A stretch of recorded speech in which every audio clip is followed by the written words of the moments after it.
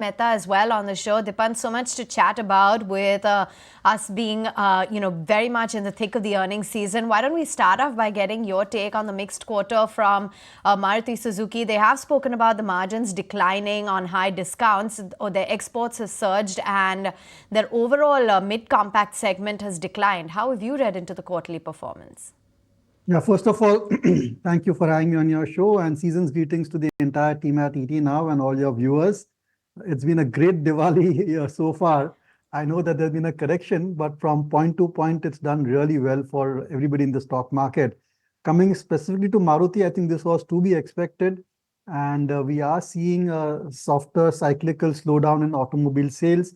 But I read your report in your newspaper that Mr. Bhargav is a bit disturbed about the slowdown in the sub 10 lakh car sales.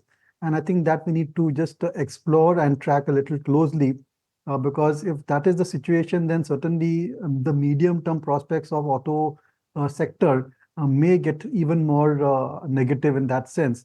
But I think we should brace ourselves for 3-4 quarters of softer sales. And I've seen this pattern in Maruti and other auto shares that, one year, 1.5 years goes badly. Then sales come back roaring because of new models, because of pent-up demand and overall demographics. So as an investor, I wouldn't want to buy more into the stocks like Maruti, M&M, and the new listing Hyundai. But if you're sitting on profit, as most investors are just now, I think it's just better to wait out this rough period and wait out this cyclical slowdown. Long-term prospects of the auto industry are very good. Having said that, we and our clients are invested in Maruti. Okay, fair enough. That's a view coming in. And then there's the engineering behemoth L&T as well, that is all set to come out with its quarterly performance. And I'm curious to just get in your take, Dipan, as to what exactly you're penciling in. Do you think that we will continue to see muted order inflows into the coming quarters? And what would you like to hear from the management? I think you said it. It's the order flow. L&T has always been all about the order flow. And because they do not disclose the actual order value when they announce the receipt of an order. So we have to wait for the management to finally give the figure for the quarter, and that will be the key determinant. But look, this earnings season has not been good at all. I wouldn't call it a disaster, but it is certainly a big disappointment. And in line with that, you can expect some disappointment from L&T also. Base effect, overall slowdown. Election has slowed down ordering as well as implementation. So we should prepare ourselves for a softer quarter from L&T, maybe in terms of performance and in terms of order inflow also. But what I said about Maruti is true over here as well, that there is a cyclical slowdown. It could be transient. And, the time to sell perhaps is gone. So you just wait out this challenging period for next 2-3 quarters. And a company like L&T in a country like India has to prosper and grow, considering how much demand is there for infrastructure projects. So just wait for better times, which could be 2-3 quarters down the line. Dipan, do you think that's not quite the case with autos? Because over there, the softness in earnings has already been playing out. We've been seeing, especially in the passenger vehicle segment, the monthly sales data also ebbing off. Although the commentary from Maruti doesn't seem to be indicating that.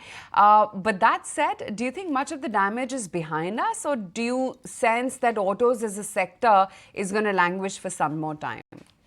I'll go with the latter. It's going to languish for some more time. And as I said, considering the correction which has taken place and present valuations and looking at the long-term prospects, as an investor, I'm not selling Maruti or M&M or any of the other auto shares, but I'm not adding to the holdings as well as other investors also should not. And just wait out these 3-4 quarters. See, pointing out precisely the quarter or month when the sales will start picking up, nobody can do that, not even the company management. All we can say is that, it's a growing industry. Penetration levels are low, and considering that we have a growing population and right demographics, somewhere the long-term trajectory of the auto industry has to be a volume growth of a high single digit. We've seen that in the past, and will come back in the future as well. So from that point of view, you need to just wait out these difficult times, if at all. And at some point of time, you will see sales revival, and then immediately operating leverages come into play. And you may see the bonds coming through. There are certain triggers one can look forward to in auto as well. One big trigger could be a cut in interest rate whenever that comes. I think the way the economy is moving and the slowdown which we are seeing, RBI may be looking at interest rate cuts sooner rather than later once inflation is, appears to be under control. And that could be a trigger for auto industry because a lot of automobiles are sold on financing. It could be also new models. So I don't know what exactly the trigger is, but yes, definitely, I think long-term prospects are good and we need to wait out these slow demand scenarios. Dipan, any view on the Swiggy IPO? I know you haven't been big fans of IPOs to begin with. You want companies to report profitable growth on a consistent basis, but any initial views? No, not really. I'd be careful of even applying for Swiggy because I just sense the sentiment is soaring. Even at the retail side, it is soaring. And what we saw in Hyundai is an indication that retail investors are not going to lap up any and every IPO. And there's already a Zomato. So for people who wanted to invest in a similar business model, they already have invested or looked at Zomato. So I'd be a bit cautious when it comes to Swiggy.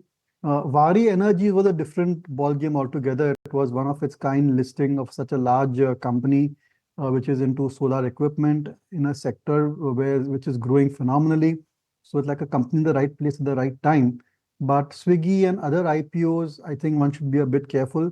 And I don't expect that the kind of stellar listings which we have seen in the last year, the last Samvat year, may continue going forward. On your channel and elsewhere, I have been, voicing caution in the market, and I continue to maintain that view that we need to raise cash levels, reduce leverage positions, and brace ourselves for some tough times going ahead. And I think if you, lower your expectations for returns for this year, then you will be able to manage, the anticipated correction or softness time-wise, price-wise, much better. Although that was not quite the case with Worry, that had a fabulous listing for sure. But yes, get that point. Ola Electric, it seems that they're upping their game and finally looking at tackling those sales service criticism all across the board that they were getting. If we can just bring up the Ola intraday graph, or rather the last 1 month price action, because a lot of damage clearly has been done, and I think the stock fell below its issue price as well. Dipan, time now to relook at Ola, or would you say, completely skip, especially in this market, wait for them to actually come out with some material solutions and plans? Absolutely. Just wait for Ola. And if you look at all the new generation companies which got listed, they all got listed with a big bang, and then there was a steep correction, and now they are regaining lost ground. Companies like Zomato are trading at all-time highs or had traded all-time highs.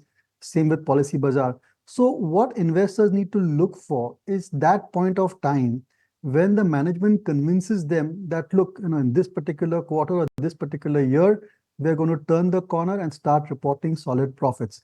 And once that uncertainty is out of the way, that's when you can see the bottom being formed. And I don't see that yet in Ola Electric. So I need to know and be sure that at this point of time onwards, there's going to be a certain turnaround in the prospects of the company. Losses will stop and profitability will come back solidly. And then we can project the future going forward. So till that point of time, I would avoid Ola Electric. And Ola is very different compared to some of the platform companies. It's actually an auto company which got a lot of variable costs as well. And it's not that just because you sell more, immediately you come into profitability. So it'll take some while for us, at least as conservative investors, to start to warm up with Ola Electric. I think it's got a distance to go in terms of turning around and reporting solid profits. And look, there's competitive pressure for Ola Electric as well. Right from Bajaj Auto, TVS, they're also reporting very decent sales of electric vehicles, electric two-wheelers, and they're also upping their game. Was one space that people had started looking at incremental positively. But if you look at the Star Health number, not really impressive. The management is saying increase in loss ratio is due to the seasonal impact. They have seen 10% increase in severity due to the medical claims as well. They're expecting to improve, expecting an improvement in Q3, and that the incident patterns have changed a bit. But loss ratio is something which is a bit of a worrying factor for the street. Any initial, kind of take on Star Health if you've looked at the numbers or overall the insurance space? Well, see, I think it's a great company and a very good business model. And, these kind of soft quarters are to be expected in any and every business. But look at the kind of demand which is there for medical insurance. I think it's got a really long roadmap, not just Star Health, but the entire insurance and general insurance sector when it comes to mediclaim and medical insurance. So, I mean, they will manage these problems, they will sort it out, but there are certain very key strengths with Star Health considering their retail profile of clients. And maybe at corrections, you can look at this company in positive light, but you need to have a really long-term view, 3 years, 5 years or so, for the potential to be really unleashed. I did like the numbers which came from ICICI Lombard, the general insurance company, where the profitability was pretty decent. A lot of it came through from investment gains, but nonetheless, I think after 2, 3 soft quarters, good numbers came through over there. So I'm positively inclined towards the insurance sector, but considering we are cautious on the market, just want to wait and watch and see how much correction actually takes place. And even a good company in a good business can see a correction if the overall market trends are negative.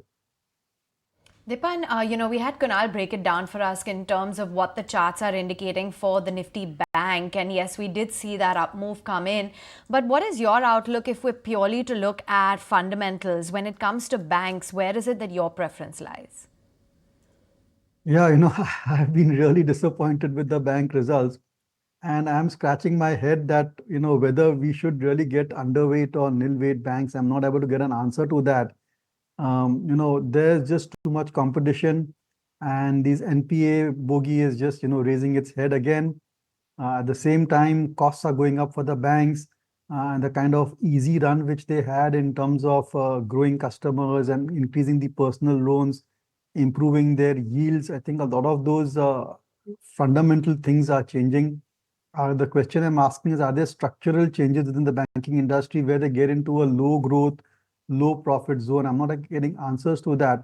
But after looking at all the results so far, even from high growth banks and microfinance companies and a whole host of different segments within banks and NBFCs, I do feel that maybe at the end of this earnings season, I will want to get underweight banks and NBFCs.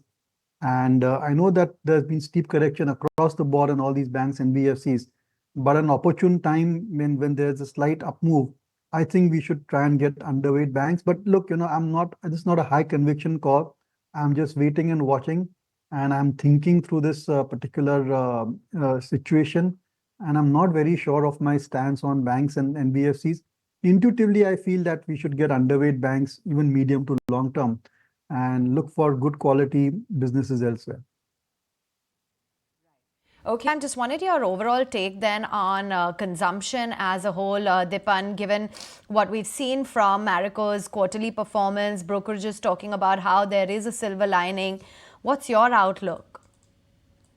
No, I'm very negative on FMCG. It's a sell on rise for me. I think it's time to get nil weight in FMCG stocks, including MNC FMCG, the likes of Marico, some of the Indian FMCG companies also. These companies I've seen for many, many quarters, good times, bad times, seasonal effect, all put together, they are unable to grow their volumes from sub 5% to beyond 5% or so. And, the overall profitability also last few years has been very dismal. As a standard, I mean, as a kind of a checklist, or you may say a basic criteria, you should be investing in companies where you can feel that they can grow sustainably, at least at a minimum of 15%, more like 17, 18% minimum for the next 3 to 5 years or so. That's when you get the returns. And I don't see that happening in FMCG stocks. I don't see HULs or Nestle or Marico, Godrej Consumer showing me that trend that, okay, from 25, 20, 24, 25 or 25, 26 onwards, they can grow their earnings per share by 15% plus, like small, like 17, 18%. I don't see that happening. So from that point of view, the entire sector is a avoid for me. There are maybe a few pockets within the FMCG space, like look at Varun Beverages. Although it's expensive, it can grow at 20% plus. There's Bikaji Foods also, which is an interesting new listing. Similar companies in that space as well, where it's underpenetrated category, and they can grow volumes by 10-12% and top line by 15%, bottom line by 15-17% or so. Those need to be considered. But by and large, I think the traditional FMCG companies operating in the soaps, the toothpaste and detergents, all those, I think you have to get out of them from your portfolio. Taken. So, Dipan, you're underweight banks, you're not too excited about FMCG. What then would you call your Diwali pick if you had to give one recommendation to the viewers for Samvat 2081? Which stock or sector would you call out? No, no, I'm not underweight banks. Let me clarify. I'm just getting a bit worried about the way the banking results have come, and are there any long-term implications? I'm still kind of scratching my head over there. That is something happening in the banks, which is structural in nature, which will lead them to slower growth and higher NPAs for an extended period of time. So that's my position. I mean, and it's not a high conviction call. I'm just watching the banks more closely. I'm neutral to slightly overweight banks, but I'm disappointed and I'm concerned over that. Coming specifically to Diwali picks, I've been saying that I'm a bit cautious on the market, and I want to just get my cash levels higher. But if I had to pick one stock at a correction whenever it is available, I would look at the new IPO, which is Vari Energies. I think it's a very interesting company to get a solar equipment manufacturer of scale in the listed space. If you have a long-term horizon as we do, 3 years, 5 years, 10 years or so, and the way the company is expanding also, and they have a history and a kind of experience in this business as compared to a lot of other new players, and they have a lot of competitive strengths as well. So from that point of view, if I had to suggest one stock which I would watch closely and at some point of time look to enter in this particular new Samvat, I would put Vari Energies on that list. Having said that, your viewers, I must know that we are looking at investing in it. We may have invested, some of our clients may have invested, and our views to, because we like the company so much, our views to that extent may be positively biased. Okay, Dipan, great to have you on the show. Thank you, as always, for taking the time out, and wish you a very happy Diwali once again from all of us. If you like this video, then like, share and subscribe to ET Now.